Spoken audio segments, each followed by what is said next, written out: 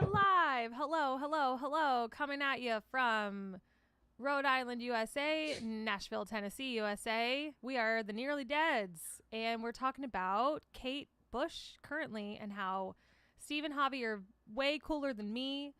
I will admit that before this song came out on Stranger Things, I did not know the song. So I'm not as cool as you. I didn't hear any covers. I knew of Kate Bush, but I couldn't like tell you a song of hers or anything like that. So, I'm not as cool as you guys. Well, Well, yeah, I mean, I can't claim Well, to be a Kate Bush fan or anything. Like, I never listened to her music. I just, like I said, I was saying that I listen to the covers. Like, I'm a big Placebo fan, and that's where I first heard the song. And then I really liked Meg Myers' cover of it. But I don't even know who hearing that hearing those is. songs, I went and looked up. Um, I looked up Kate to see who did the original back when I first heard the song, and so I knew it was a Kate Bush song. But I can't claim to be a Kate Bush fan. But I mean, the song's good. I like the song. I mean, you should check out Meg Myers. I think she does some really cool stuff. I will humbly say that I didn't know about the song or the artist either until I saw Stranger Things. And I've just been kind of like watching documentaries and different reactions to different YouTube channels that I watch about that song and about why it's so like crazy, like all over the internet and stuff now. And I Yeah, just you had thought, a fact for us, right?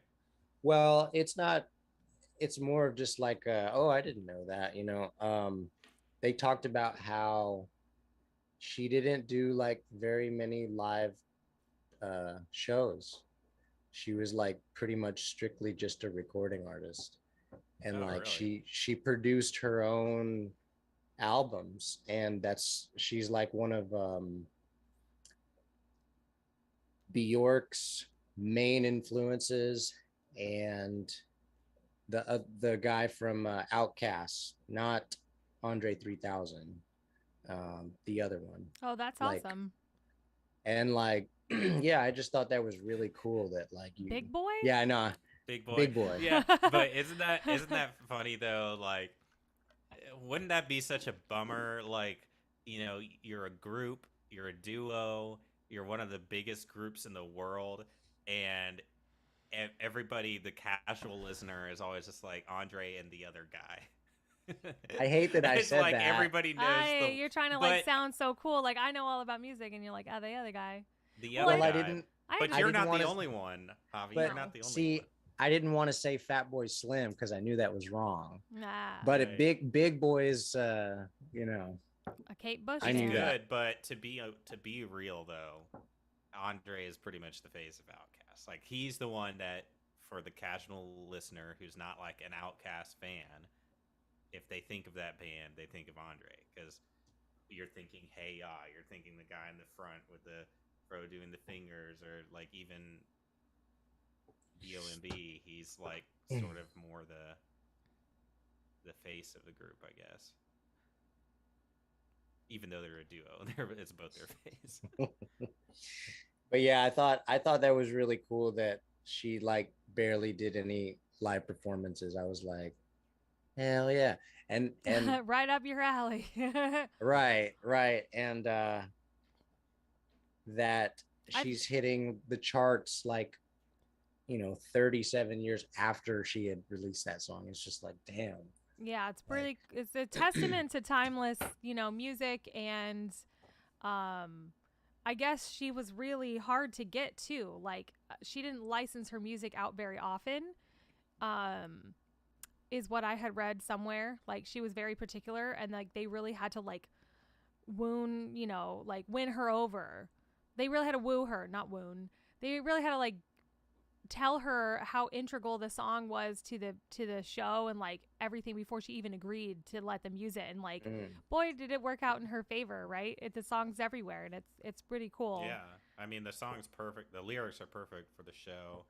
Um, Yeah. yeah, but I mean, I think it's also a testament to, again, how like nowadays in the modern era, ever since like I would say 2000 on, what placements do for artists. I think that's really Yeah. that's what gets you out there. That's what like That there's millions of it people either know gets who you she is noticed now. or re-noticed. Yeah. You know, because there's so many artists like.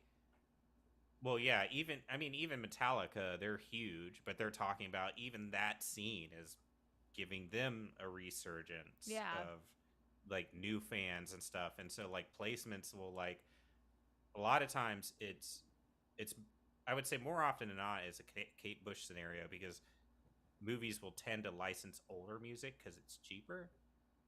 And so then it comes in a movie and then people hear it and then they're like, oh, that's awesome. I want to look it up. Like the theme song for What We Do in the Shadows. Like I just I thought love it was that a cool song. thing. Yeah. And I looked up and it was some lady from the 60s or whatever. And she basically wrote one album. It was that album. And like I listened to it and her album was pretty good. And I bet a lot of people did that, you know?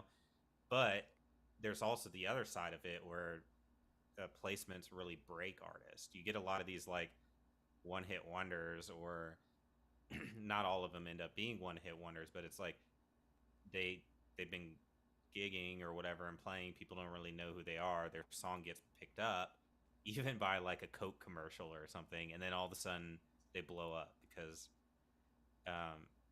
you know, I Or like think an more Apple people- commercial, like the Ting Tings. I'll never forget that. Seeing that Apple commercial and being Yeah. like, oh my God, Shut Up and Let Me Go, that song. I was like, love this band. Played them on repeat and then they become like massively successful. And they're not really around anymore. I don't really know what happened to them. I don't really follow them anymore. But yeah, it really can get you out there as an artist. It's really cool. And like she Well, was and already very successful in her own right. So right.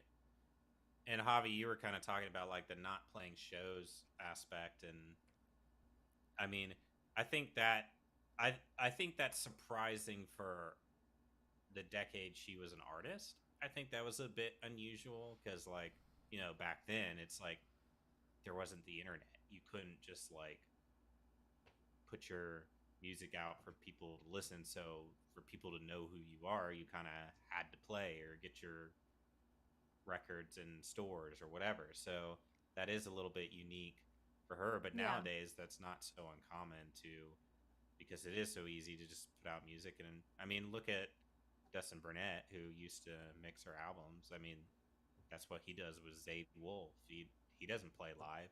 I think he's maybe played live once and had a hired band, but he just literally writes and releases music, and he's made a career out of it because it gets picked up and licensed in like Xbox commercials and Super Bowl commercials, and you know, and then he's got all his streams and stuff. So yeah. I It's a think different it's more world common now. nowadays. Yeah. I just But- want to say quick Go ahead. hello to Alex for watching, and anybody else who's out there, let us know where you're watching from and give us a little hey. We have not been streaming for like weeks. We've been on summer vacation, and we want to hear what's new with you guys, right? Cheers. Yeah. Cheers, everybody. Yes, thank you for joining us, and yeah, give us a little hello, hi, little shout. We know we've kind of like left you high and dry. What's up, H? How's it going? Long time no talk. Yeah, everybody probably forgot about us. They're- or everyone's think we're forgetting not about a band anymore. We're ready for like, are we gonna have like a comeback, or I don't know. Is it gonna be like, don't call it a comeback? But we definitely need to like put more effort into this shit. When we were talking about like branding and like things like that, I'm like, I think our brand is that we don't like to do any of that stuff. That's like part of the thing is like we don't do social media. So like we're the elusive. We're Kate Bush. Like we don't do that. Yeah. And that could be I like don't know. our shtick. Maybe we'd be more active with it if we had, you know, something Somebody to who's discuss. full-time Well, job. or So yeah, something you going know, on. if we were releasing stuff, but we're recording it right now. So yeah, we're we like are. We deep. are recording.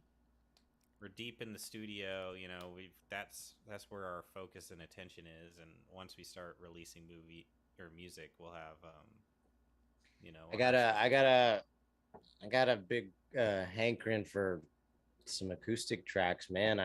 You know, Yeah, we've been this would be talking the, about this would that for be, like a year and a half. this would be the perfect time to hear some acoustic songs while we're making this record. I can't Yeah, believe it's yeah. like July, halfway through July. I want to say hey to Henry as well over on YouTube. What up? Um, Yeah, been over a year for sure. it's been a while. Like we have, like you guys have to understand. Like we're DIY, we're indie, and we all live in different states. And the people we work with are also, you know, indie and DIY, and live and work in different states. And you know, it's just kind of a long process, but I think the new album, The Wait, will be worth it because there's definitely nothing on there that we don't absolutely 100% love. There was nothing that we chose to do that wasn't like very well thought out, even if it took weeks. Like there's still songs that I'm working on lyrics for, you know, that it's just like I just need it to be perfect, and there's nothing wrong with that. I don't think. I think it'll be worth it in the end, and the payoff will be worth it, and then, you know, we'll be back in action. Yeah, that I would say I'm probably more anxious and more frustrated than even the fans with not having stuff out because I'm just I could be a little bit of a control freak or I'm an impatient person, and it's like I can once see s- that. once I set my mind to something, like I want to do something, I want it done like now. Like I'm just like, let's just do it and get it done. And so in situations like this, though, it's like I just have to accept the fact that a lot of it's not in my control, and I don't have control, and we're at the mercy of other people's schedules, And we don't have it like a just is That's label or true. backing, and we don't have like unlimited money and time, and we all work and stuff like that. Like well, that's even just with this, like money's the not reality. even really the issue. It's literally just Schedule. Mo Well, I and think if we had enough money that Brian. none of us had to work, then money is an issue. That's my like if we could just not work, Well, like I'd be like, yeah, yeah, we could just spend 24 hours writing music together. That'd be fucking awesome. We'd be done in no time. true, but I don't feel like the delays are on our schedule. Yeah, I don't think our schedule is what holding up Mm. everything up. You Well, know, I'm Mo, glad to hear that he because I he feel does it for fun, and he has a full-time job and a family and parents who live with him, and so it took a really long. It was a slow process with him, and then before we could finish mixing everything, he sold his house that had a studio in it. So now he's got a new house and he's got a room for recording, but he doesn't have it set up yet, and so you know it was just a lot of that. Is a lot of us like waiting. Hey, when are we gonna get this mixed? Yeah. When can we come in and do this? And just throw working him around right his under the schedule. bus. It just is what it is. I'm Yeah. not mad at him. Well, I can I think relate. it's awesome that he's recording for us. Yeah. But it's just the reality. And then same with Brian. Like when Brian's in town, we're getting shit done. Yeah. But he's a touring musician. When so- he's in town, which Yeah. is very so rare. it's like we got Josh's drums done in like 3 or 4 days, and we are like, oh, this is awesome. We're back in the studio. And then he's like, bye, I'm on tour. See you in a month. You know, and then he came back, and for a week, we got some bass and some guitars done, and we worked hard. But then bye, I'm on tour. See you in a month. So No, it's good for him though, because like remember like the pandemic and everything, and like everything was really uncertain. I feel very like privileged that we even do get to work with him in that his limited time.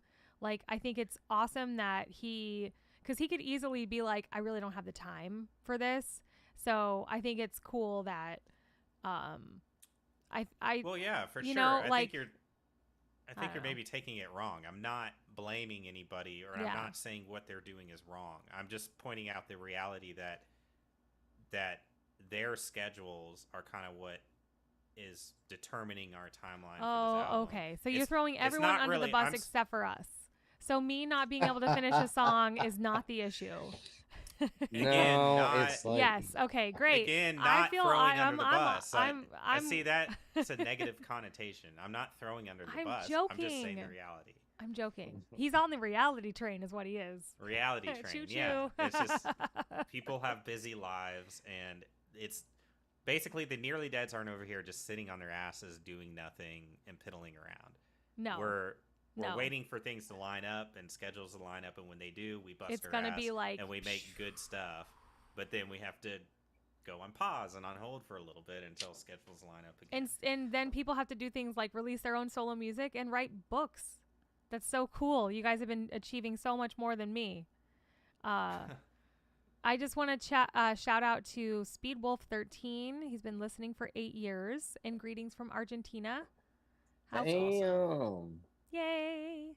OG. Oh, yeah. Always OG wanted zombie. to go to like Argentina or Brazil. Like I've never Yeah. been to South America. That would be Let's go. a place that I want to go. Let's go and play a show. Remember when we were like, remember back in like 2013, 2012, like when we first started and Never Look Back first started getting like millions of views? Brazil, the fans were just like crazy. I wonder if there's still and any. Argentina, yeah. Yeah, and we were all South always getting America. Messages. Yeah. Brazil come to and come Argentina. to Argentina. Mm-hmm. Everybody wants us to come all over the world, and one day we will. Yeah. One day Which, we will. By the way, I wonder how this works. Like touring is just it blows my mind because speaking of going overseas touring, so you know Jonathan Stoy, right? Yeah, he's Yeah. going on tour again with the infamous Her in Europe. I just saw, Right. Well, and he's 'cause also I in knew Framing he was Hanley. in Framing. He was in Framing Hanley, And now or my he friend might still be. Shad is in it too. Yeah, and so I knew he had been playing bass for Framing Hanley, but when he said, when he brought up, when I saw the post, I was like, oh, the infamous Her, like, who's that? I'm gonna look him up. I looked him up on Spotify. They literally have one song, Ooh. and it's a cover. On Spotify? Eh, No, they yeah. have more music than that out. They're They've from got Nashville. a bunch of stuff on YouTube. I saw. Maybe I was looking at the wrong infamous Her, but I swear I looked up on Spotify and there's one song and it's a cover song. I don't know. Maybe Um, they're like signed and they don't have a lot of stuff out. Who knows? Yeah, Um, because he's in the picture. Yeah, it's. I don't know. You're not gonna be able to see it, but they've got one song and it's a cover of that song in the summertime. Less than 1,000 streams with 400 monthly listeners, and I'm like, that's a lot of monthly Okay. listeners. It's healthy. It's healthy monthly listeners. 400. Yeah, for one, dude. Why are you publicly putting this No, other band on? what I'm just confused I about think that's is pretty we've been for healthy. years been like how are we gonna get overseas touring? I know we have like Nobody at presence, 42,000 like, how do we monthly get the- listeners. Like we have like a lot of listeners on Spotify. like which we know the realities of what that adds up to financially. I don't know, dude, which is so much- maybe- So I'm just like, yeah, there's so no touring money in it. overseas is just a foreign concept to me. I just got a thought, CSAC like- check for $51 nice. for Yeah. September. I don't even Hey, know. that's better than what I make. My BMI check came in and was like $2. All right, I guess 50. I guess 50. So is good. hey, some But you're rich also, as fuck. It's my contract with CSAC is up, and I'm gonna go back to I don't know, whatever Steve's on. And are you on BMI? Yeah. I'm gonna do BMI Okay. so that Yeah, it's everything pretty is easy to use. streamlined and we're all on the same deal, and I can have the app and stuff because, yeah, wasn't really seeing a lot from CSAC, and they didn't want to like.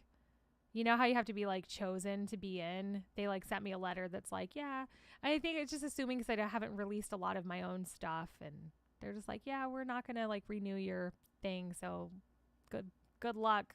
And I'm like, whatever. Damn, like, they kicked you out. But you can't switch. You can't just decide to switch anyway. And for years I've been like, I don't really think this is the best thing for me because we're primarily now streaming revenue versus tour revenue, which CSAC does pay more for that. But now our online or placements or anything that hopefully will happen in the future, I think BMI is going to pay more anyway. And there's not really a competition. Like CSAC, BMI, ASCAP, they all essentially function the exact same way. So Yeah, but they but they have like when JK was explaining it to us, Yeah. yeah, they all do the same thing, but they sort of each have sort of Strength. a strength. Yeah. And so CSAC was touring BMIs with like television and movies, like they tend to be better about paying out more with that. Yeah. And then ASCAP I think is better for like radio. And Yeah. that kind of stuff.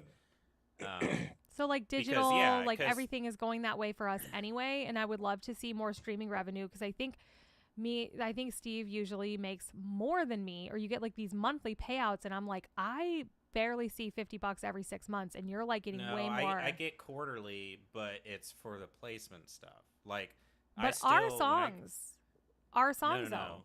No, your songs. Because when I look at the breakdown, the Okay. Nearly Dead stuff, it's like, we thousands and thousands of streams, but then it amounts to like $3. 50 something bucks Yeah. every quarter, something Yeah. like that. So when I'm making like whatever, every quarter I get like maybe $200 to $400. So it's like 50 That's not of bad. it is Nearly Dead. Yeah. The rest of it is that instrumental stuff that is getting TV placement. That's awesome. See, that's what I'm trying Yeah. to get into. You got to like send me your I need like an in. Now that I have my new setup, I've started to make a lot of stuff that I think would really be good for like TV intros or documentary like titles and stuff like that. And I really want to like hook up with some people where I can do that on like an indie level and just like start putting my music to like film. So maybe Yeah, you can there's send me ones you some can sign up. sites. There's ones you can sign up with without having any connection, but to be honest, I haven't gotten any placements with those companies like Music Dealers, there's Song Trader, Yeah, I was on uh, Taxi. I didn't really. Taxi. Yeah. I've never really got any placements out of that. Yeah. Myb is the one I use that Yeah. basically heard you talk Adam about that got before. me into. And it's cool and all, but I got screwed with them. Like doing this new deal, they have this new arrangement, and so I'm not a huge fan of them right now. Is it better messed to up a lot just of like stuff. do like the indie films and like film festivals and like just network with people? Maybe in the long run? I don't make any money with that Oh, because okay. I don't ask for any. I just do it for free because I just want, the portfolio. Like I Street want cred. Yeah, you're building basically a like your resume. portfolio. I want the IMDb credits, and I want to have a portfolio so that eventually I can approach somebody and say, "Hey, I've actually done stuff." Yeah, which is You pretty pay much me like this what rate. that's pretty much what I want to do. I don't necessarily want to do things for 100% free, but just like hooking up with the right like indie people doing some cool stuff that would like my weird music. Yeah, that's just that I mostly did just with networking on forums. Like I'd go on forums and just contact a ton of people and just be like, "Hey, can I work on a project?" Or Facebook has a lot of groups.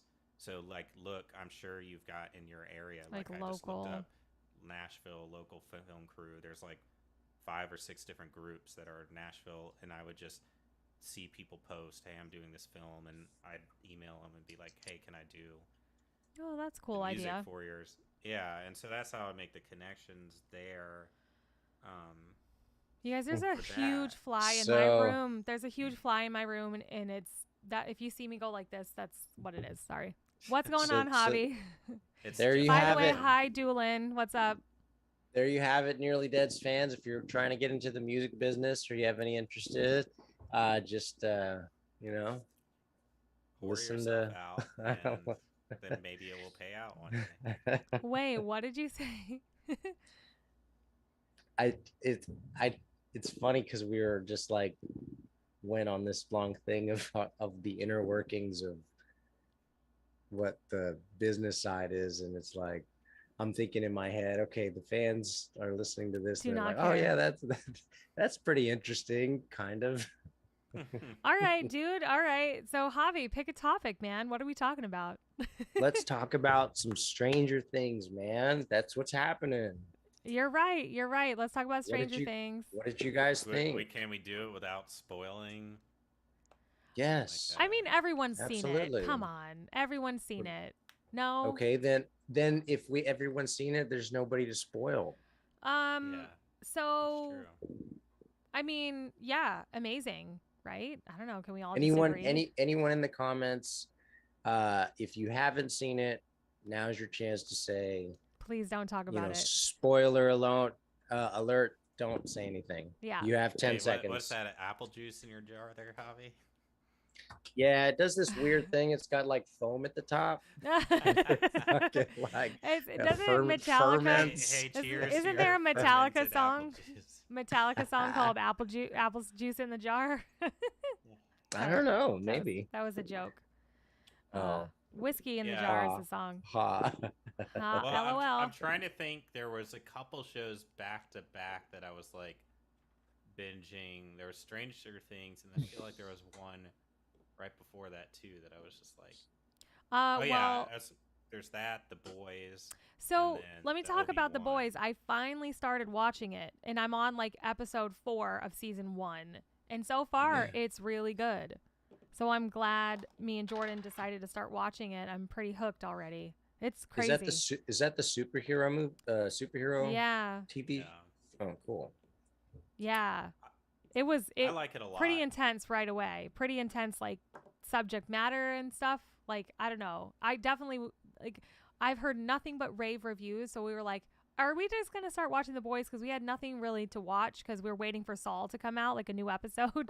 So we started watching it the other night, and then and I was really sick the other day too. I was like in bed all day, so They anywho. definitely keep the shock value up throughout all the seasons. It's there's a lot of shocking things that happen that you're just like, Season 3 gets a bit ridiculous. The first episode, I was just kind of like, this is kind of a bit much. I don't even know if I want to keep watching it. Like, it's going overboard ridiculous with shock value. But I pushed through, and the story was just so good. My only qualms with the show is I'm afraid it's gonna end up being like The Walking Dead, where they just it goes on too long. Married.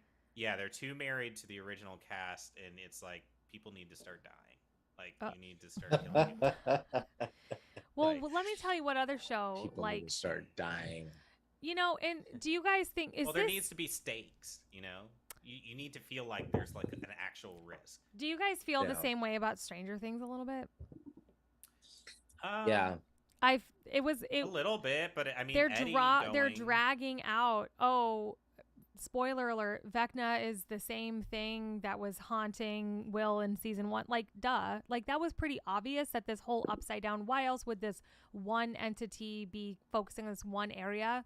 So I was like, that wasn't very shocking to me. And then they brought in somebody really amazing, and then killed him.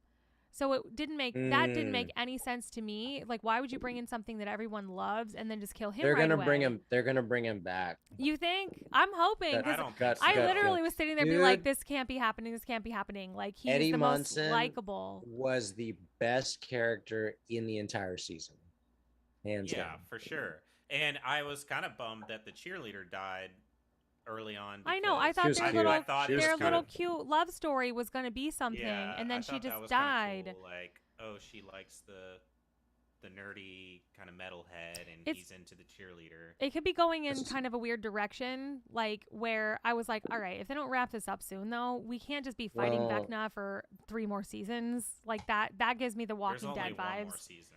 They said Yeah. season 5 is the last Yeah. season. But I do feel Somebody- like they're kind of dragging out the whole thing, and maybe it was because it was a 2.5 hour long episode that I was just like, all right, like, I like that shit, man. I like Yeah. having like 2 to 3 movies to watch. I'm like, hell yeah. Because if you got like 9 or 10 episodes, it's just like, oh shit.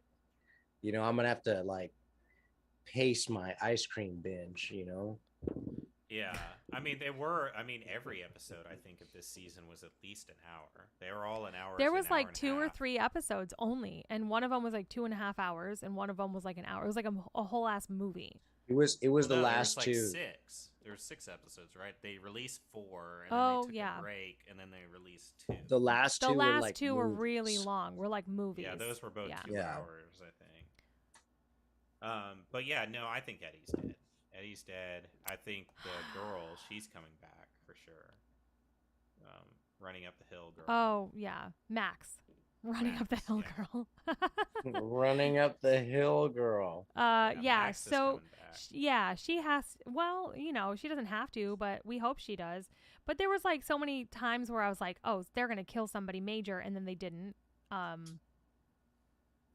And Well, I then don't the know. only other gripe, really, because I think the show is pretty. I also well love the written. pizza guy. I love the Oh, pizza yeah. guy. I Uh, love him. Dude. I love the I'm not a- stoner like storyline that's going on there. I think that's so funny. Not a big fan of that guy. I thought it was funny when he went to the pizza joint and he's like talking stoner to the other cashier and they're like going back and forth. Yeah, And all I yeah. can think in my head is Kevin. I had too much of that in my life, and I'm just like, that's not how it would go down. Not at all. This is They wouldn't unrealistic. solve for the problem. They would No, just yeah, this is unrealistic. So fuck that. But what my biggest gripe was, I think overall it was super well written. But Mike, they keep hyping him up as sort of like a main character, heart. and like the anchor. They did the Yeah. whole speech where you're the heart. yeah, But he really did nothing this season. for Mike real. literally did nothing. For real. But And he they're didn't like, even but say he's that supposed to be the knight in he shining can't armor. even say I love Oh you. my god. He did. know I that- mean, he did eventually say I love you, but I'm like, this is, if you're not Huh. into somebody, don't lead her on, man.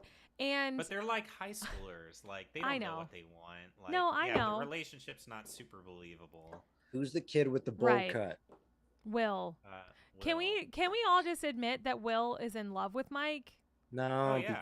before we No, go I there. think that's a good Isn't thing. that like isn't Yeah. that kind of like a storyline that they're trying to like push? Is like Will's probably gay and in love with Mike, and that's why he's like, Yo. you're the heart and you're everything, and I thought before they've we been go pushing it a bef- while. you're the hero. before we go there, was it just me or did anyone notice that every scene he just was crying and bawling his eyes out? I'm like, dude, this is like the he fifth was very scene. emo and angsty in this. I was season. like, He was very But he's emo, kind of and I think always it's been because that of way. the unrequited, love for Mike. but not in the first season. The first season he was a kid. And He was the just, possessed kid. But he was Yeah. always awkward, and every season he was always a very. He was like awkward, always the quiet awkward, kid. quiet kid. Yeah. He gets more and more awkward. Yeah, but as I the think this seasons time it progress. was the distance. Like I think what really kind of brought up his feelings was just that there was the distance, Jeez. and Mike never reached out to him. It's And he Mike was would like, send yeah. L So letters, but so I'm like, never is this hit him really up. like a best friend thing, or is this like No, I'm no, secretly he's in love with you? Mike. Yeah. Yeah. You Will's think so? definitely gay and in love with Mike. So like the thing is though, next season when that comes out, it's not going to be a surprise. Like, I but don't they're think going it to is a drag it surprise. out. I thought it was very obvious, and when his older brother talks to him, Yeah. his older brother figured it out, like Yeah. in the van or whatever, and that's But they what haven't his come. conversation They was. haven't come out and like outright said it. No, It's always, like, and I think implied. because they needed the older brother to sort of like subtly be like, "Look, I know what's going on." Yeah. You're in And a he's like, Man. when I you're can ready, see, when you're yeah. ready to say it out loud, I'm Yeah. here. to Oh, talk yeah, to it you." was cute. Another thing that we can talk about, Javi, do you have anything else to say on that? yes, not the bowl cut kid. I want to go back to Eddie Munson. Okay. Okay. And then Yeah. I want to talk about 11. Okay. I'm not gonna lie, guys. I'm gonna be completely 100 with you guys. I was, the tears were coming down when Eddie Munson died, Yeah, that was and the worst emotional. part was when his father heard the news, and like the guy was Oh, telling him, and yeah. he was saying, "Nobody got him. He wasn't a murderer. He was a hero," or something like that. And I was just like, God damn it, like, because I'm a Yeah. father, and I fucking felt that shit. I was like, fuck, Yeah. man, like, I felt really bad for his father it. the whole time. yeah, dude. When his dad started crying, I was like, all right, Stranger Things, you fucking assholes, you got me. Yeah, I teared up at that part for sure. Like, well, and two because I'm just terrible at remembering names. But his buddy, the younger kid, Yeah. with the gap in his tooth, curly Mm. hair kid. What's his name? With the lisp. Yeah. I'm drawing a blank. Curly right hair now. guy. I'm drawing a blank right Cap. now. Yeah. Cap and Gap. Basically, I was just feeling for him for sure. Just like Yeah. seeing him so broken up about it, and then when He did a great when job. he was telling his dad, that's when I felt it for sure. That was a great scene. And I also was kind of annoyed at the end when the older brother finally meets up with Dustin. his girlfriend. Yeah, Dustin's the curly hair kid. So the older brother meets up with his girlfriend, and the whole time he's thinking about the relationship not working because he doesn't want to go to that college. She's thinking about it not working because now she's in love with Steve again. Like, you can tell she's falling for Steve again. And then they meet up, and then they act like, oh, it's cool. And I'm like, no, be real with each other. You don't want to be in this relationship. I think that's Just be like real with each kind other. of broadcasting like non-healthy relationship things. Like when you're in a you know what I'm saying? Like what's the word I'm looking Yeah. for? It's like this is not a When healthy you stay in it just to stay in it. And yeah, it's not a healthy thing to like promote, like lying or you know what I mean, like secretly not being into it anymore and just like yeah. I don't think it's that easy, guys. We're But talking about we're Stranger also Things, not and 19 Doolin over anymore, here- you know. Doolin over here is bringing up Will and Grace from '98. Okay, I'm not which ready. was a good show, but we're not going to move on. Okay, I need to But talk. he also said I was more into Frasier. he says I love he's usually Frasier. studying chess, playing chess, or thinking about chess. Javi, why have you not hooked up with Doolin? You two could be battling it out. Dude, in chess. Doolin, I have an app called chess.com. Find me. Yeah, man, just go to my Instagram or Facebook and send me a message so I can get all your information, email, phone number, contact info, and we'll set this thing up, man. I play chess all the time. Yeah. He said his name is the same as on here. So All right, how do you spell it? Linux. It's Linux Archer. So he has a Hold screen up, name. Hold up. Linux I thought it was Archer. Doolin. Well, that's his real name. Okay, so Oh, that's this is why I said find me on my socials and give me all that info. all right. We'll 'Cause we'll get I'm you guys drinking connected. grandma's apple juice over here, and I can't really. It's Linux Grandma's- Archer. Well, It's Uncle. Doolin, it'll be better if you just find It's your Javi weird on uncle's apple Instagram. juice. That's what that is. Yeah. So you want to go to L? Okay, so Yes, I yes. really related to her being like in the California school and being teased by the popular girls. Obviously, bitches. she didn't have her powers. She didn't know. They don't know who she is. They don't know that she's special. I think like the whole underlying of like, oh, she's really special inside, but nobody knows. And she was like getting teased relentlessly. And I was like, I can really relate to that. But those kids were a little harsh. Way, way, way harsh. And when she fucking smacked that bitch in the face with the roller skate, Yeah. I got my entire life. That was the coolest fucking thing. But then they called the cops and all that shit happened. I was like, what? That would never happen. That was so unrealistic. If that shit went down, nobody would even care.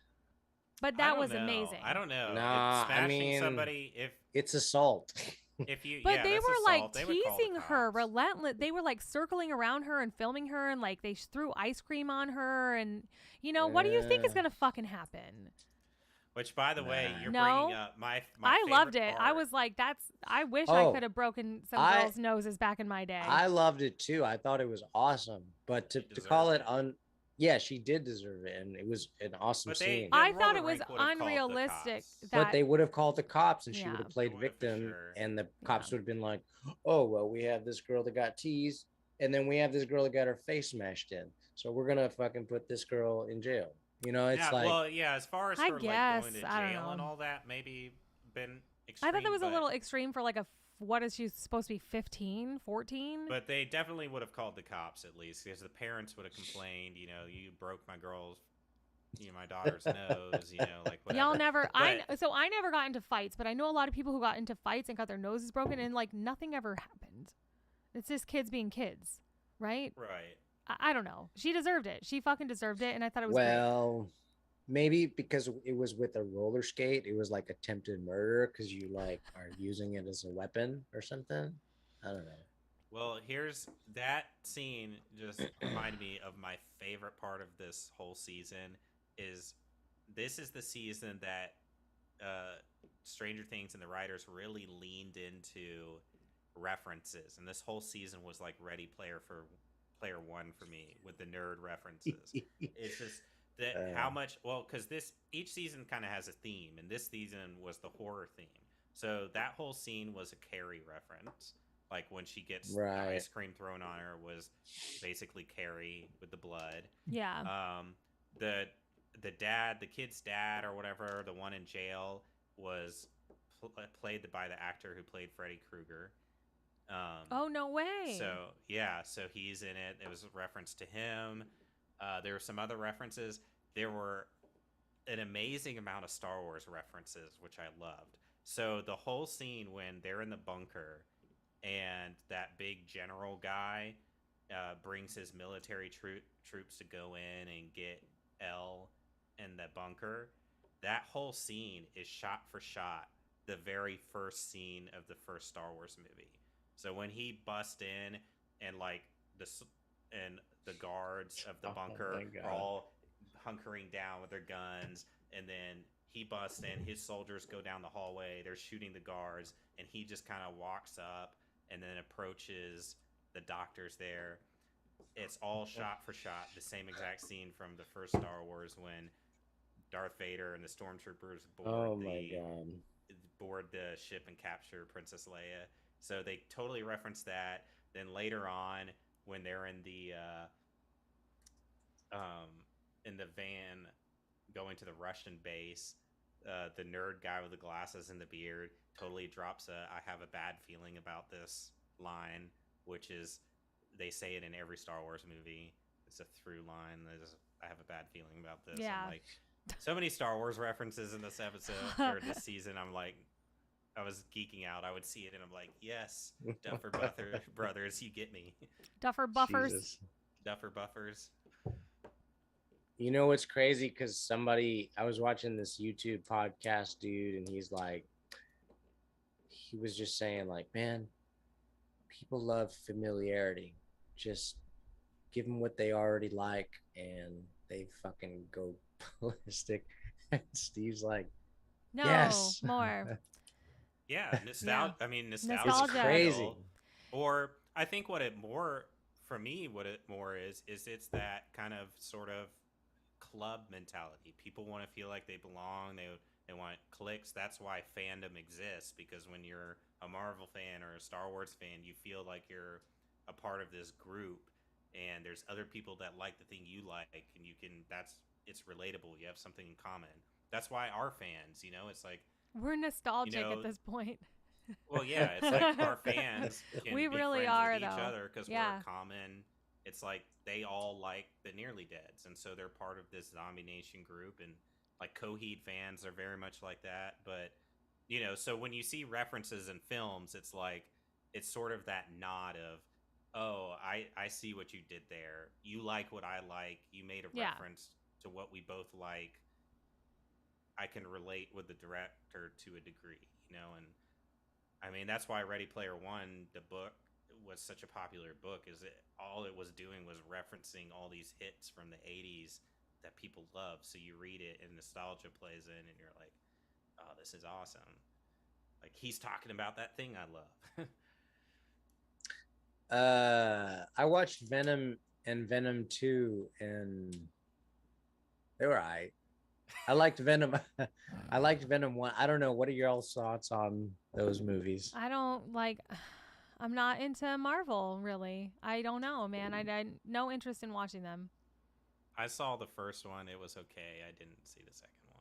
That's usually why I Yeah. don't see them because, like, I don't know what you have to be into to like those movies because I feel like as a movie, a lot of times they're not that great, and I like action and destruction and kind of like end of the world type movies, but they're all kind of like corny sometimes. So I don't know. See, man, okay. I hope I'm not trying to Hollywood be gets this. I'm not trying to be like No. critical. I'm just saying I like it's not really for me. I Like, hope Hollywood gets this message. Like okay. Venom, like I grew up playing this like Spider-Man video game. It was Super Nintendo. But the game wasn't Spider-Man based. It was like Carnage based and Venom based. So when I saw those two movies, I was like thinking, "Oh my god, like it's going to be badass." Mm-hmm. And what happened was you took two fucking like brutal dope characters like Venom and Carnage and you just like churned them into this Hollywood machine and they just became like, "Oh, Venom, like he's like this funny character that you can relate to and he's like not a nice guy and but he likes to like kill people and eat shit." And like and then Carnage was it just like it was disappointing and yeah, it just was not what I was like. Well, Carnage is that's supposed to be like because this evil dude, and Venom was supposed to be this fucking cool badass guy, and he just ended up being this like funny dude that was like, I don't know. the main issue with those is that they were Sony produced. Sony has the rights Leave to it to certain Steve to like properties. know. Well, Sony has done a terrible job Did at they also do a adapting shot for shot Star Wars superheroes. reference or They did not. no? They should have to save it. Honestly, But if there's just yeah, more Sony Star has Wars, Because I would then have been maybe like, I would be into yo, it. this is I, familiar. I'm a shit huge right Star here. Wars fan, and I really liked the last, the Rise of Skywalker. I'm in the minority there. I really loved it. Yeah, I have my things that I'm like a fan of, and Marvel and the all that is not. That's why it took me so long to get into the boys. But then I realized I was like, I did not realize that it wasn't related to Marvel in any way. I thought I was like, oh, these aren't like B Marvel superheroes or whatever, and I was like, oh, it took me like No. 2 episodes to realize that these were not real It's superheroes. a satire on it. It's Yeah. basically it's based off a comic book. There's an actual There comic is book it. for Yeah, the I boys. saw that and I was like, But- okay, but it's its But own yeah, comic. it's a whole satire that's just like, what if superheroes actually were real? And the reality is that they would probably be franchised and put into a corporation and run by corporations, and it would be a whole money making thing. Yeah. They wouldn't actually be around to save us, and of course they'd all be corrupt and shitty, and so yeah, it's Makes sense. different and unique in that respect, and I think that's what makes it so good. But yeah, I mean, I get why you're not into the superhero and Marvel things, because there's a couple things. One is bloat. Like, I got burnt out on Marvel because they're just making way too many of them. Yeah. Two is before, when there was the whole Avengers thing, everything was all connected and it was all leading up to the Avengers Endgame, this big thing. So it kind of made sense. They all had this like end goal. It's like every single movie was like attached in some way, all creating this big story arc to finally get to that finale. Now that we're past that, they don't have a new end goal, so it's like all the movies just seem kind of like meandering, and they don't have like a real focused direction. But the thing They're just about it money is, makers, money since- grabs. yeah, and everything being connected is cool. It is cool for Marvel fans and all that. But the problem with it is people like you who maybe aren't a huge Marvel fan, it's overwhelming to go into because you're not going to get all the references from all the other films that you didn't already watch, and you know all the interconnecting characters and stuff. It's like it's they made it hard to just kind of sort of watch the movie on its own and be good on its own. And some of them are, but most of them it requires you to watch this whole thing to really get it. But I think it also just depends on the director. Like, Taika Waititi is the GOAT, and I love anything he does. And so Thor: Love and Thunder was awesome because his humor is the best humor in cinema right now, I think. Like, he's hilarious. So even though it's Marvel, it's his humor. It's almost a comedy with Thor, and it's funny, and cinematically it looks good and it's entertaining. It wasn't the best story, but his humor just makes up for everything.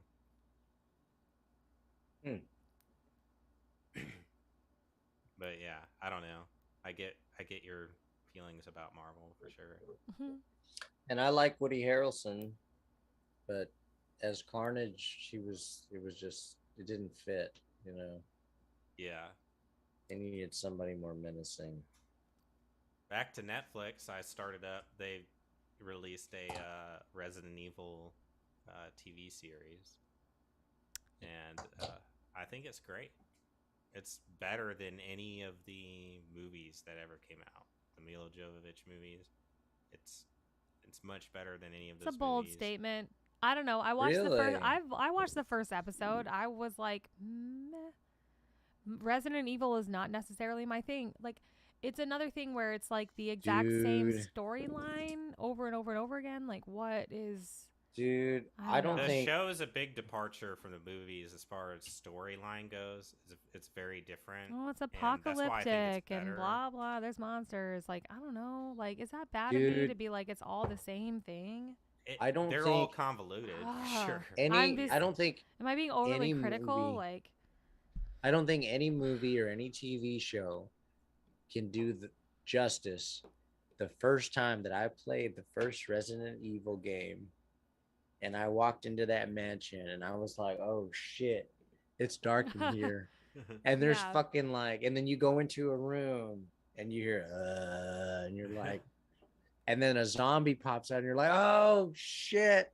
And then you go into the other room, like nothing, like you can't replicate that experience. Like the Yeah. first No. Resident Evil game, it was like amazing. Gaming is always way scarier than movies because you're like in control. It was Um, fucked. But I don't know. I just think Netflix has done by far the best job of adapting anything. Everything that they've done that's an adaptation of something has been fantastic. The Witcher is fantastic. Arcane was fantastic. I'll need to see that. The Castlevania, their animes are on point. The Castlevania anime was fantastic. Like, dude, when do you they're find the coming out with a cyberpunk time? anime. I literally Well, only I- watch TV when I eat. So it's like lunch and dinner every day. I'm watching an episode. of Okay. something. Bro, you must eat all the time. I eat twice a day, every day. Like, no So that's- judgment. Like, I just watch. I'm just into different things. Like, I'll spend Excuse me. half the day watching Drag Race UK, Drag Race Canada, Drag Race on YouTube, and I love Inez whatever on YouTube, the guy who tours like the fancy houses. I'll go down YouTube drag queen, like I'll go on the gossip YouTube, like I'm into that. So I'm just into different things, I think. yeah, and or then- just watching different yeah, stuff. I'm just watching different stuff, and I'm like, I don't not watch TV, like, but I probably could watch a lot less. I could probably stream a lot less and get a lot more done in my life, but it's just at the end of a I don't long know, day, you need man. to- Like, I'm really you need to looking shut forward to down and watching wind down. Saul. Like, when is this stream What gonna is be this? over so I can watch Saul? Better Call What is Saul. this called? Better Oh, Call Saul. Saul. Better Call Saul. Yeah. I thought Hey, you we're meant not always Saul, like productive every the day. movie. Like, No, you have to like Today- unwind. You have to let yourself unwind and like watch TV, and plus it inspires, you know, for writers and songwriters, like the stories, and it's like it's somewhat inspiring to watch something like either positive or something like that. Especially that's why I love drag queens, because it just puts me in a fucking good mood. yeah. Have you Yeah, ever you written need that about a sometimes. drag queen?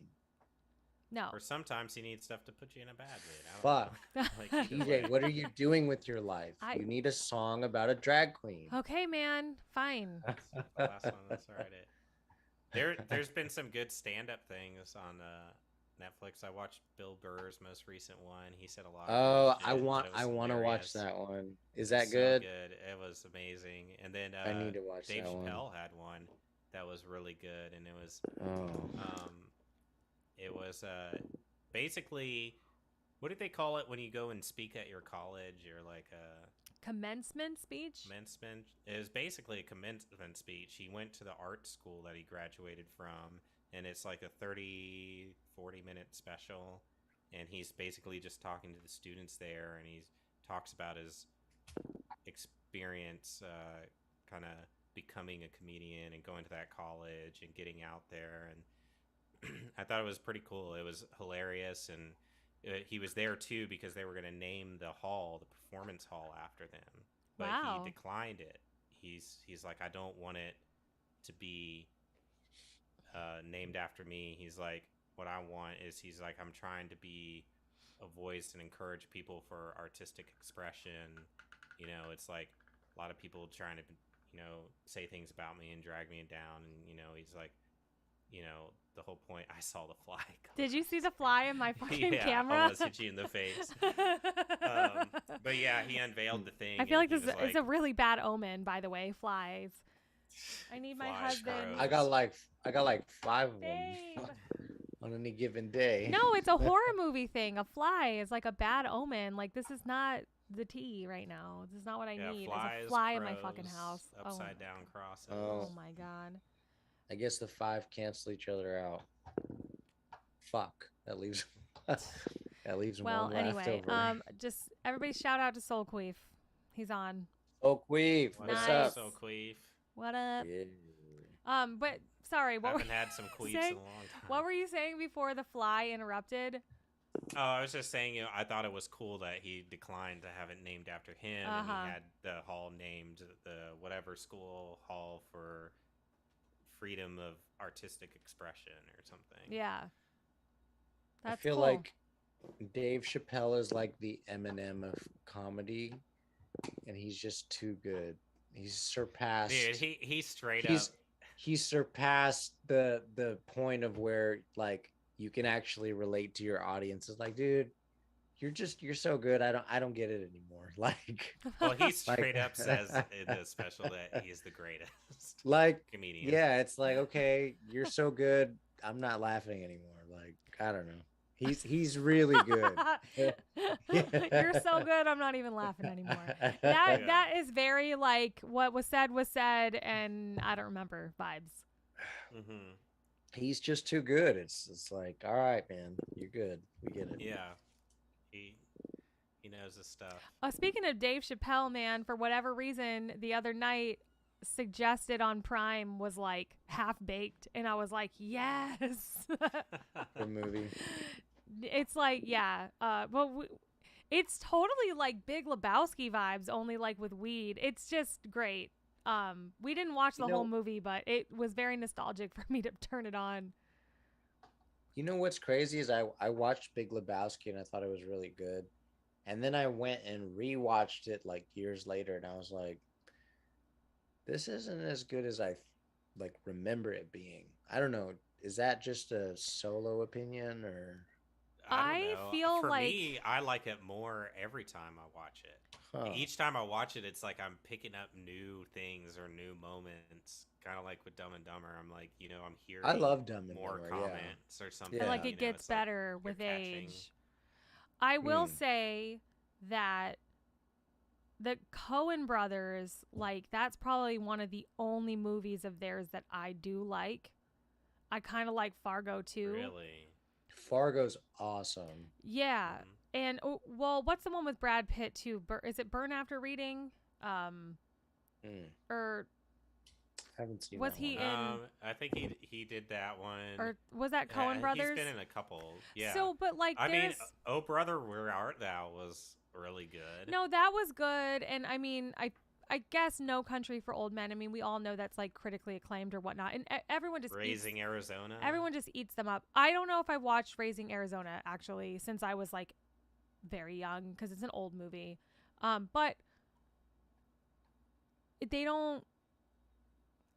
I don't know. The point is that there is no point, and sometimes it's just really lost on me, and I don't think the movie's any good. And everyone loves them, and I'm like, I don't like this. I think it was Oh Brother, We're Out There that I was like, I don't really like this. What was the point of the whole movie? They could have Well, avoided just- all Brother, of Where this Art stuff. Thou is the Odyssey. Brother, Where Art Thou is the Odyssey. He basically took the Odyssey, but they took that and then made it into a Yeah. period piece. They just changed all the Okay, characters. we're and allowed made to them- not like stuff. Okay. I Well, only no, like. But I you feel can like not like it. I'm I- just saying I there could- was a point. What I was trying to say is I could see watching like a Coen Brothers later when you're like not drunk or something and being like, this doesn't make any sense, and being like, it was all right. Like, just because something's like this massive cult classic, you know, with like tons of critical acclaim, doesn't mean it's going to float everybody's boat. I think a lot of times some people like stuff just because everyone else is like, wow, this is amazing, and they're all blowing smoke up each other's ass. That being said, The Big Lebowski is a great movie, and like you know, the White Russian and the dude and the carpet and the rug and the toe, and it's like, how can you not, in the bowling, it's like it's just great, it's funny. Yeah, well, I Because think the think their funniest part is that the style- only part is this dude is trying to get his rug back. yeah. That's I think their whole thing is, well, the way they write is the reason they're good is they're kind of like, I've heard this speech um, before. I know what No, you're about to say. I know exactly what you're gonna say. What's his TJ, name that finish it. did Can I that, like, please? Inglorious Finish it. Bastards, Inglorious Bastards, and all. God, what's his name? Why am I blanking on him? Django Unchained. Brad Pitt, No, the director, the writer director. Quentin Tarantino. Tarantino. The Coen brothers and Tarantino, I kind of put side by side because they're all masters of dialogue. That's really what they focus on, is the conversations and the dialogue and the characters. They really put an emphasis on characters. I didn't like Django. And I'll give it that Tarantino is a little bit better at, you know, sort of having a point, like a beginning, middle, and end. Whereas the Coen brothers, I think what they do is they sort of like, they create these characters, and then the movie is just sort of taking a slice out of that character's life. It's like, here's like just a section of those characters' life.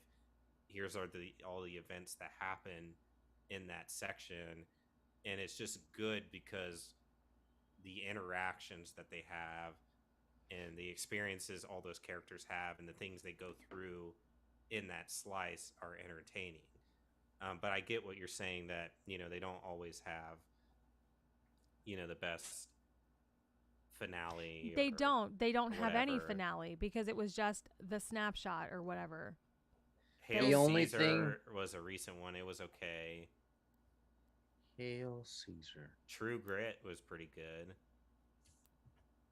Burn After Reading was the one with Brad Pitt. Yeah, I don't remember if I necessarily liked it. Or Men Who Stare at Goats, is that the same? Is that Coen Brothers as well? God, they've done a lot of fucking I think movies. it's one of the brothers. I don't think it's Oh both. man. All right. The Lady well, Killers was alright. let's talk about Intolerable something Cruelty. that everyone likes. Stranger Things. Stranger- back more- at it. More Stranger Things. Metallica. Master of Puppets. Yeah, we could talk. Did I tell you guys the story of the person that I know that didn't know Metallica and that they thought they were famous just for their shirts? Dude, It's so probably the same person who thought that what's his face made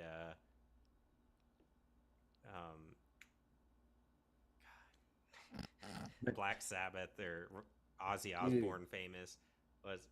Remember that when that happened, all the young kids were like, "Oh, that's so cool!" Of tattoos all over his face. Post Malone. Post Malone. They were like, "That was so cool for Post Malone to let this up and comer Ozzy Osbourne." Yeah, it's kind of like, it's very that energy. Like now that we're you know, on the older end of the millennium. Jesus. What? Say what you want to say, Javi. Jeez. What do you mean? What's happening? No, I think that's like Like- that's just, it blows my mind to be like, We're like the you know, older. Yeah. Ozzy Osbourne, this up and coming. It's like, what? Fucking kidding And then me? like, oh yeah, Metallica. I love their shirts. They're No, they're well, that's what they're I known wanted. for That's shirts, what I. right? And I was like, That's what I wanted to say was the So, I watched this YouTube video guy, and he's like talking about the whole Metallica thing with Stranger Things, and he was like, "Oh yeah, so on Twitter, Metallic, this fan was like, ooh, sorry about the Stranger Things poser fans," and Metallica was like, "Hey man, like we welcome everybody to the Metallica Yeah. family," and he was like, or the Twitter feed was saying, everybody. This was key, everybody starts at zero at some point, and that's so fucking true because I remember I went to my dad, and my dad doesn't listen to metal or rock, he listens to Mexican music, and I went up to my dad, I was like, ooh, I'm a 5-year-old Mexican hobby. I'm like, hey dad, I'm like, hey Are- dad, um so there's this new like band called Metallica, and my dad was like, son, that band is older than shit. And I was like, okay, cool. so and even like, he and knew who they yeah, were. dude, Even though he it's doesn't listen to the so, music, he still knew that they were relevant and important in some way. Like and everyone it's, knows who the Beatles are or whatever. well, yeah.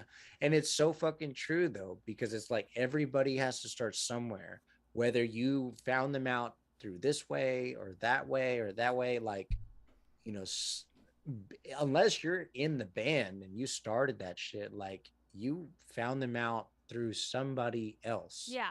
And so it's like, yeah, Yeah, the I kids, mean, I always felt like a poser Pumpkins fan because I didn't come become a fan until after they had broken up. Like, Yeah. mm, because they broke up in 2000, and when I was in the 90s, I was in middle school. Yeah. Didn't really go to shows or care about that kind of stuff. I remember going to a summer camp when I was in middle school, and some girl I had a crush on, she kept talking about this band, the Smashing Pumpkins. I didn't know what she was talking about, and she was connecting with my friend. I was all jealous because he was big in a skater kid and was all about Nirvana, and he was into grunge So and this stuff. is really how Steve. This is Yeah, really how Steve turned into the Steve we know today. It's all thanks to this girl you had a well, he I crush wanted to on. guess You were like, well, I gotta because bang be this chick. edgy. well, I He didn't wanted think to about it. bang I this didn't think chick. about it for years, Dude, and don't like, say that. I mean, I had Say heard it the like I song that. on mean, the radio, I guess, make but love to this sweet woman. I had never We're talking thought about about high school the kids. band He wanted to ever. take her to the movies, okay? He wanted to go. No, this was middle school. You This wanted was to This is middle hold her middle school. I was hand. school. like He wanted to hold her si- hand. He wanted to take I her to was the like dance. sixth grade, yeah. He wanted to take her to the And dance. so He's trying to years look cool to later, this chick. years later, I was in high school and I was on. This is how I found out about the Pumpkins. Okay. So years later, I was in high school and I was going to a dance, and I got ready, and the girl I was taking wasn't ready. I was early, so I stopped by. It was either like an FYE or like a Barnes and Noble or something, and I went in to browse the CDs while I was like waiting to be able to go pick up my date. And I was browsing through, just going through the rock section, and all of a sudden I flip through and I see Smashing Pumpkins in the thing, and I was like, and then it clicked on me. I was like, oh yeah, this is I've heard this name before. Oh yeah, that girl like at summer camp was talking about them a bunch, and I was like, I wonder if I've ever like actually heard any of their stuff. And they had the greatest hits album there, and I was like, I'll just buy it to see what they sound like. I was like, I'll get the greatest hits. The hits are the good songs, right? And so then I just sat in my car outside the school waiting for like I think it was like Sadie Hawkins dance or something, and I'm just sitting in my car listening to Smashing Pumpkins' greatest hits, and then I'm like, oh, this is pretty dope. And then another song come on and be like, oh yeah, I've heard this on the radio, and I'm like jamming, and it's just like each song is just like so different than the next, and I was like, dude, I fucking love this band. I'm like, why didn't I listen Nice. to him earlier?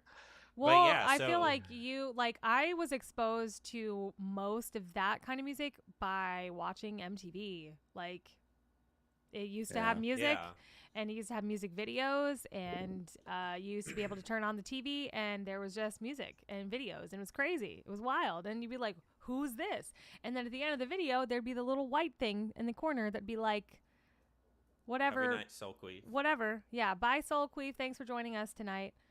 You know what I mean? The little thing, and it'd be like, this song's by REM or whoever, and you're like, oh, Mhm. I like this, and then you go LimeWire it or go to the CD store and buy it.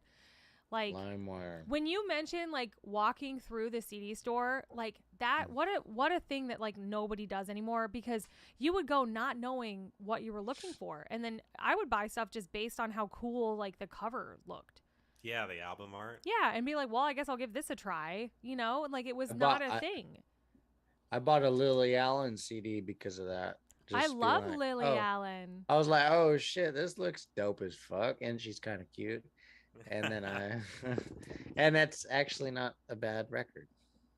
Otherwise, that or it was on MTV. Like that's it. That's how like people. That's how I feel like everyone was exposed to music. Then heavy music, and most importantly, like,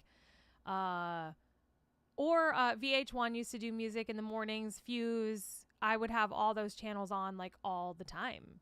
And then there was MySpace and LiveJournal, and then people just communicated through that. And like you'd have your top 7 or whatever, and then you'd have this song on your profile, and then that was like Fall Out Boy and like all that stuff. So this is a little bit later, a couple years after high school, but in high school I think I was still on like AIM, and you would put like song lyrics as your like away message, and like download some shit on LimeWire, and like those are the did fucking like days, when- man. I did like when Weird. FYE finally had the stations where you could scan the album and put the headphones on Yeah, and and like like sample. sample it, and then you'd be like, you know what, this is tight, I'm gonna buy this. That's how I discovered Muse.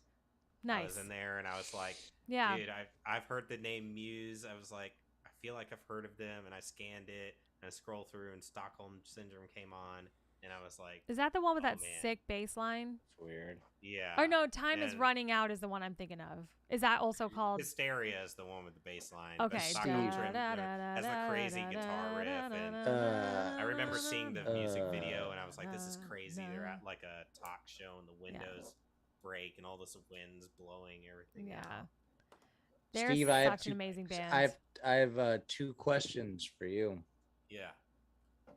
The first one is, did you know that Blink 182 has a song called Stockholm Syndrome? I did not know Hey, here, that. open the right. encyclopedia of Blink. And the second question is, have you ever seen the movie Bowfinger? Have I seen Is that with one of the Wayans brothers? No clue.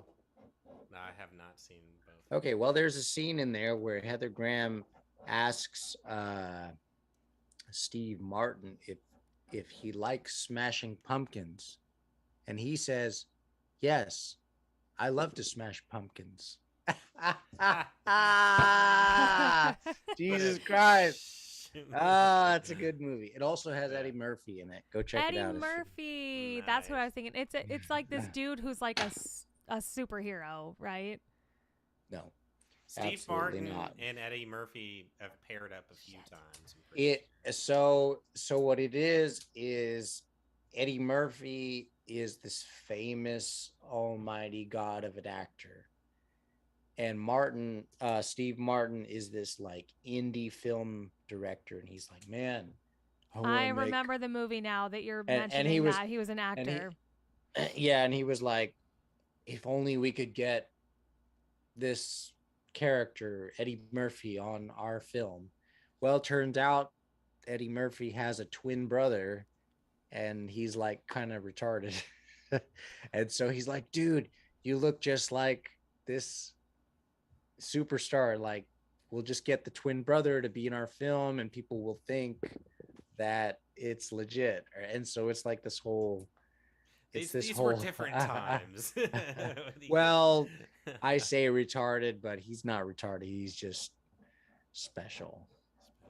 But it's a great, great Dylan movie. has a song. This would be, or a question. This would be for you, being married to Jordan. Have you heard the new Slipknot song? I haven't, and when I saw that comment, I was like, "There's a new Slipknot song." No, I don't think so. It's not my favorite band. It's his favorite band. I do. Yeah, I mean, I good like band. them. He also had mentioned that a great long-running band that doesn't get mentioned enough is Rush and the Red it's a Hot good Chili band. Peppers. Good band. Hot take. Yeah. I have never been really a Chili Peppers fan. I tried to get into them when I was in high school. Like, I bought a couple of their records. Yeah. And I, because everybody loved them, and back then I was a bass player. I wasn't a guitarist, so I was obviously Flea. And I was Yeah. like, oh, I'm gonna He's so learn the amazing. songs.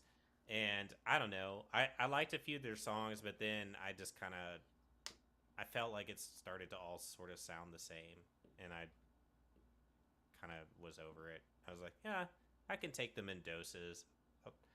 Only so many times I can listen to that kind of California funky beat. Mm-hmm. Yeah, but they're good Um, like when you're in the mood for it, you know? They do have like that very like California vibe. And their live show's crazy. I mean, they're wild on stage. Yeah. And Flea was in the Obi-Wan series. I've only watched the first episode of that. I feel like we weren't really like that crazy about it. Can we talk about this? Like, is it a slow burn or? It's I had mixed feelings on it. It wasn't my favorite. I still think Mandalorian's by far the best. Like Star Wars Mandalorian, show. I was like, can't wait to watch another episode. And with like the Obi-Wan, it wasn't like I was like chomping at the bit to watch the next episode. Like It what's gets gonna happen? better as the season goes, and there's some really dope. Basically, you finally get the Darth Vader that you always wanted. Uh-huh. Because you in the original trilogy, you're only with the technology, it's like the sword fights aren't that great, and there's the special effects limitations, and Darth Vader's sort of a general at that point. So in this, you finally get to see like the beginnings of Darth Vader, the brutal. Like, he's just freaking brutal. He's just killing civilians and just Well, that's cool. super strong, and just nobody can touch him. So you get to see that, which is cool. Cool. Yeah, I had the issue with first one, Kid Leia, the actress. I was just kind of like, oh god, kid actors. And so the first episode kind of left me being like, eh. But after that, just being a Star Wars fan, I thought the episodes got better as he went. Okay. But then being a super Star Wars nerd, there were some kind of contradictions that the show sort of leaves you with. I mean, You're just some of the choices the characters make, you're like, this doesn't really make sense. I didn't watch Boba Fett either, because I don't know. I just felt like there was a lot more buzz around the Mandalorian, and like they did such a good job. I don't know, maybe marketing it, and the forums that I'm on were just like blowing up with like, oh my god, this episode and no spoilers, and everyone's talking about it. So you're like, I gotta watch it, otherwise I'm gonna hear about it. And like, I haven't been spoiled to anything that happens in the series, either one, because it doesn't seem like anything like that crazy happens. I would say for Boba Fett, I would say to just watch it. Like the first half is kind of a slog. It's honestly, the Boba Fett episodes are not that great. But if you push through, the second half of the season is basically Mandalorian season 2.5. Because the back half of the season, it all of a sudden shifts and the focus is back on Mandalorian, and those are some of the best Mandalorian episodes at the end of Boba Fett. Got it. Okay. So good to know. Yeah. So it's so worth kind of getting through watching, just to like get through the Boba Fett stuff, just to see the Mando stuff at the end. Okay. I just love it. It was like, it's new, it's fresh. Like, he was a character that wasn't familiar to Star Wars, so I think that's why I liked it. And then you have Grogu, and that whole thing, and he was just like adorable, but also like it was all new, and you were like, where is this gonna go? And it's not like a character that you're like getting a backstory to that was like part of the universe, right? Because I don't even know if Grogu is Yoda. He's not. Right? He's just like of his species, right? Right. Yeah. So you're like, it's not, right? Okay. Yoda's dead. He At died in Return of the Jedi. Okay. So this takes place after Return of the Jedi? Yeah. And I'm sure Grogu's, like, everyone who's watching is 50 really years into this. Like, Steve, explain this show to me. Grogu was around like, during is he a clone? The younglings and the prequels. How did he survive? They don't really talk about it. They hid him. They just kind of allude to it. He was probably already being hidden. Yeah. Oh no, wait. You know, you could be right. There were like they make it allude to there was some survivors. There were some Jedi survivors. Yeah, and the Obi-Wan series shows that there were survivors. Yeah, it does. Like in the first episode, they saved some of the kids, which was like, talk about timing. Stranger Things and that in their first episodes show school kids getting like slaughtered, like right weeks after, you know, this huge school shooting happened. So it was kind of like, yeah, I think Disney crazy Plus coincidence. They put like a disclaimer, and so did Stranger Things. It was kind of weird. Like this might be so crazy times, crazy. Yeah. Well, if you liked Mando, I'm excited for Andor. That's the next Star Wars thing coming out at the end of the year. I'm excited for it because it's not about Jedi. It's about a character we don't know, really. I mean, Andor, the character was in the Rogue One movie. Uh-huh. But the story is about him sort of building the Resistance, the original rebel, and him being sort of this shady, like, underground dealings dude and a smuggler, basically. But cool. That should be cool. It's new characters. It's not Jedi based, which I kind of like that stuff. I like seeing the like rest of the universe. It's like we know what happened with the Skywalkers. Yeah. Like, I want to see what else was going on. Yeah. And Andor, I think, is back to being like, because everything on Disney Plus has been like 6-episode series, 6 to 8 episodes, and Andor I think is 12 episodes. Nice. What about you, Javi? Looking forward to anything coming out? No, not really. Any new music? Any new music coming out soon? Yeah, I got a single coming out August 15th, 12th. Nice. I think 12th sounds about right. I will be in Nashville. I got to plan my trip, but I will be there in the studio. Hey. That week in August, the 17th. So I'm super excited. I'm looking forward to singing these songs. I got a lot of practicing to do and got a lot of piano parts to practice because we're going to do some piano. I was going to ask you about that because obviously you wrote all that stuff on Relentless that you have to knock out. Then you have the tag on Suffocating. Yeah. There's that on there. So that's got piano. Mm-hmm. But there's piano in other songs. Supernatural. Did you want to learn all the other stuff, or did you just want me to play the stuff on those? I don't really care. I think that might be too much for me to learn in the short amount of time. But if you want it to be acoustic, I can definitely learn it. It probably wouldn't take me that long. It just depends on what sonically we want to do. Yeah. I think the ones that need to be acoustic would probably be Relentless, and then Supernatural, and then maybe Suffocating, because Suffocating is sort of on its own. Because I'm trying to think of where the piano is sort of the focus and not buried by other stuff. Whereas that song that we don't have the lyrics for, all those those like little stingers. Stuff, so Supernatural, right? That's the other song that there's like a lot of piano in. Yeah, like the verses are pretty much piano, and then there's some octave. Why don't you just send me? Do you have that on MIDI or something? So I can see the notes. Can you like have it notated out? Do you have capability to do that on like plug it in GarageBand and put it in notation? And I don't know if you can send that to me. Yeah, I don't know. I can look and see if you just send it to me isolated, though, I can learn it just by listening to it. Yeah, I can do that 100%. Cool.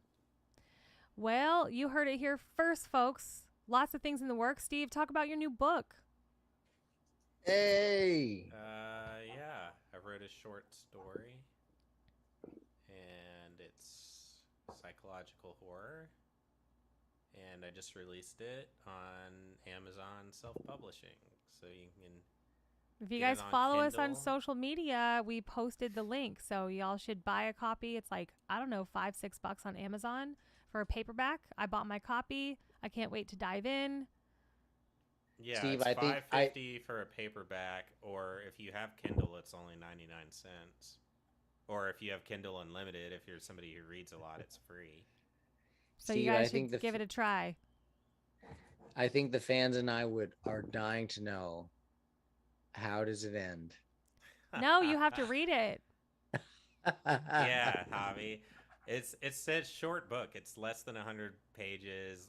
I think like when I was reading it to kind of check for errors, it took me about like 3 hours to read it front to back. Like, I kind of want to have like a dedicated time where I just like settle in and like mentally, like that's how I like to do books. Like I like to Mhm. have like a nice quiet time, quiet day where I have nothing else to do and just like read. So I can't wait to dive in. Yeah, Steve, just prepare yourselves. It's not like a light, uplifting story. Just put that out there. Okay. Steve. It is a horror story, and it is based on like mental health and stuff like that. Okay. I'm Um, still Steve, excited to read it. Just because when it's will not it- about drag queens. So when will it be available on Audible? Oh, I don't know. Javi or TJ, you want to be the narrator? You want to read it? ah. I can ask Clint. Clint has a few of his books on Audible, and I feel like they were read by friends or people he knows. Nice. You could do the Audible for me. But we were talking about like Stranger Things, and Javi, you were talking about references, or just laughing because I get the references. But that's what I did with my book. I everything I do almost with music and everything is just a reference to things I like. And so as far as coming up with character names, I was like, I don't know what to name these people, so I just took names from characters and other horror things that I like. So it's like Steve, the main character is, his name is from Silent Hill. His wife is the wife in The Shining. Their daughter is the daughter from Poltergeist. The store owner is the name of the guy in Jaws. The cop is the lady from, her last name is Sterling from Silence of the Lambs. Her first name, Ada, is from Resident Evil. And then the family's last name I took from David Fincher because he's an inspiration. That's Steve. awesome. Or Lynch. I'm sorry, Lynch. Because Eraserhead's a big influence. Very so, cool. yeah, I just stole from things that I like. Steve, in your book, are there any character names, Kavi or PJ? PJ, no. PJ, is there a Hosh? Gosh, no. They're all pretty generic names, even though I took them from these other things that I like. Yeah. They're still generic names. Doolin just bought his copy, so thank you Oh, for the Oh, support. awesome, Yeah. Dylan. Thank you, sir. There you go. Hope you enjoy it. People keep saying like, I want a signed copy, like Jenny Jim, or I've seen Dude, people it's on like you're the Facebook. first one of our friends to like publish something. That's fucking cool.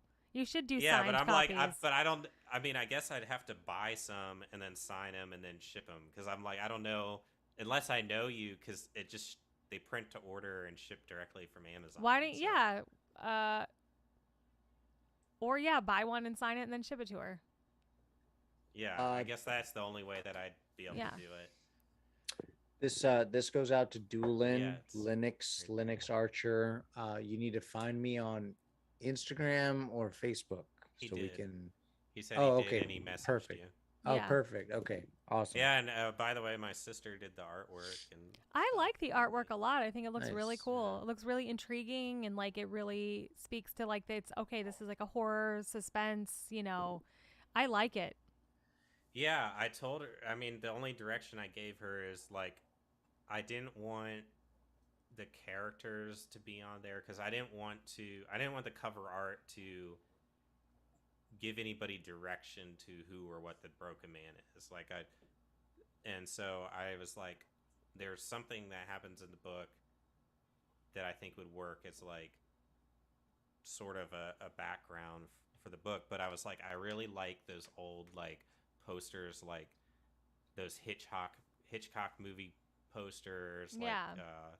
Vertigo or The Birds, or like I showed her some other things that are just like, it's very simple, just clean and plain and just bold colors. And that's all the direction I gave her, and her boyfriend read it, and they did the artwork together.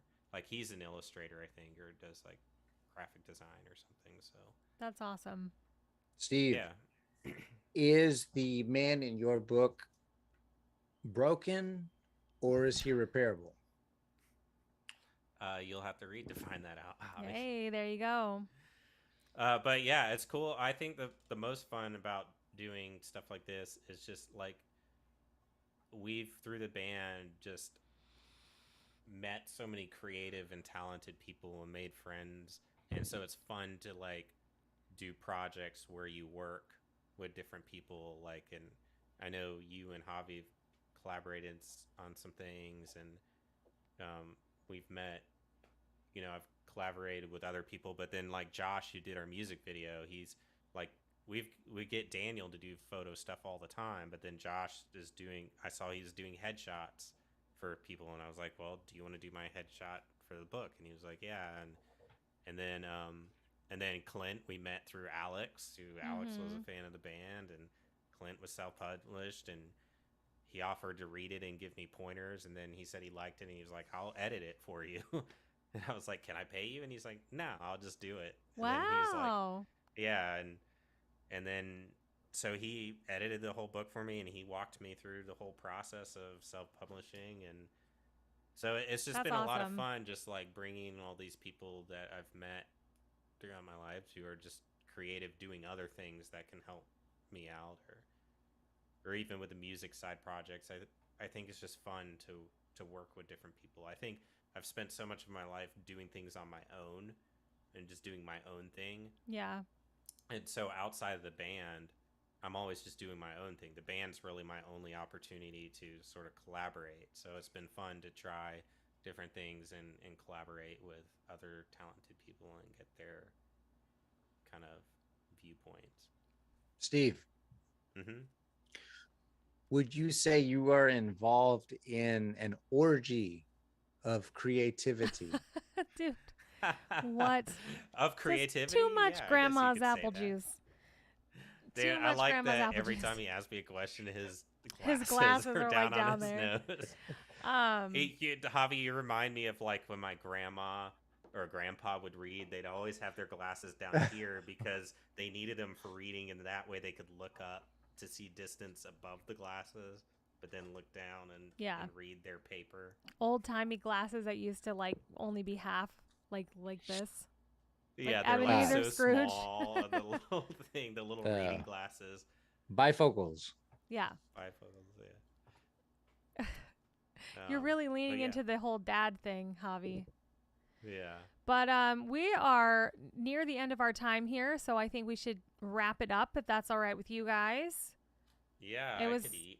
It was, yeah, it's time to go eat and get on with our fucking nights. Thank you guys. I need to see the last episode of Resident Evil. Yeah. Catch up on our shows, man. Thank you guys for catching up with us, the Nearly Deads, on our Wednesday night kind of ritual. I know we've taken some time off for summer break, so just stay tuned. We always post on our Discord. You guys can join. There's a link up there. We also are on Twitch. You'll get notified when we do go live. It's always on Wednesday nights. It's not every Wednesday night. It's just kind of when we feel like it. But we definitely appreciate you guys and all the support you've shown us, all of our Patreon supporters, everybody out there who's helping us make this new record. And, the best is still yet to come, and we can't thank you guys enough. Anything else you guys want to add tonight? Steve, Javi? Josh should be back next week. Oh, yeah. Like at Hosh. Maybe we'll play like a fun game next time. I would like to add something. Go for it. Okay, Javi. This was the hands down the best stream that I've ever been a part of, mainly because of Josh not being here. Yes. Oh wait, I've got some words to leave everybody with. there's this guy I follow on Instagram now, and he's always got some good things to say here. So you say your last things, TJ, while I pull it up here. Don't do drugs, kids. Stay in school. Did you have final words, TJ? Nope, I already did. Oh, here we go. Hey, as I told you, Dad, I just want to Oh stop by and no. say you're looking pretty freaking awesome. No. Because you are pretty freaking awesome. So have yourself a pretty